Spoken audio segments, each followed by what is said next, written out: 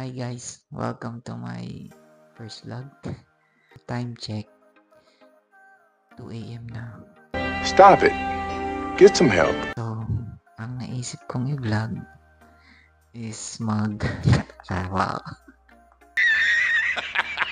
is lugaw. What?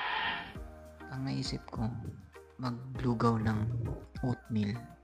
Let's go. So, ito yung mga kailangan natin. Meron ako ditong luya, bawang. Yung main ingredients natin, oatmeal, calamansi, later.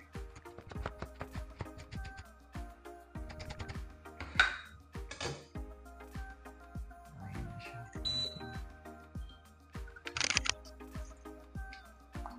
Luya.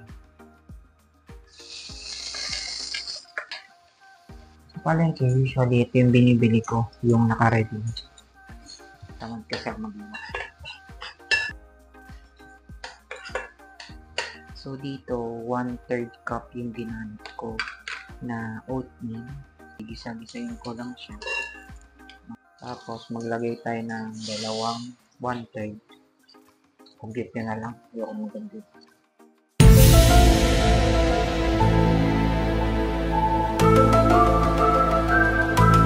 Pero ako dinarag na lang.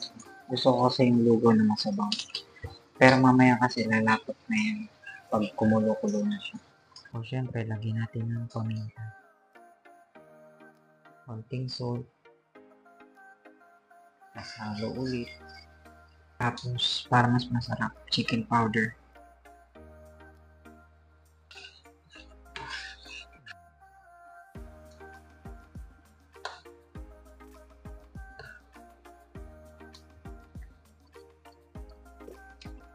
A few moments later. Ayun, tapos na. Sali na natin.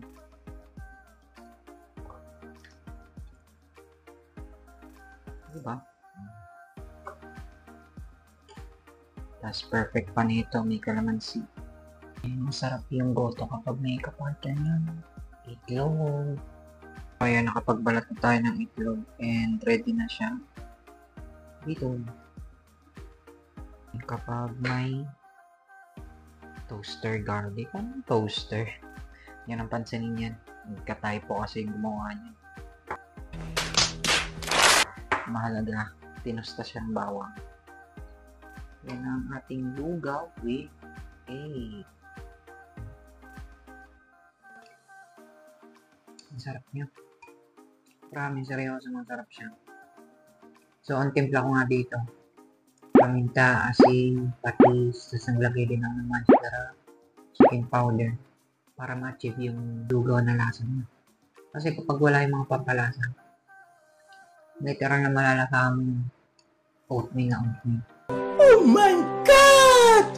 Pero pag nalagyan mo na siya ng mga pampalasa, typical, para talaga siyang lugaw na nabibili mo sa mga karinderya. Karinderya. Sana all.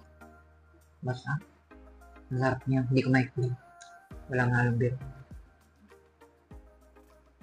Thank you for watching.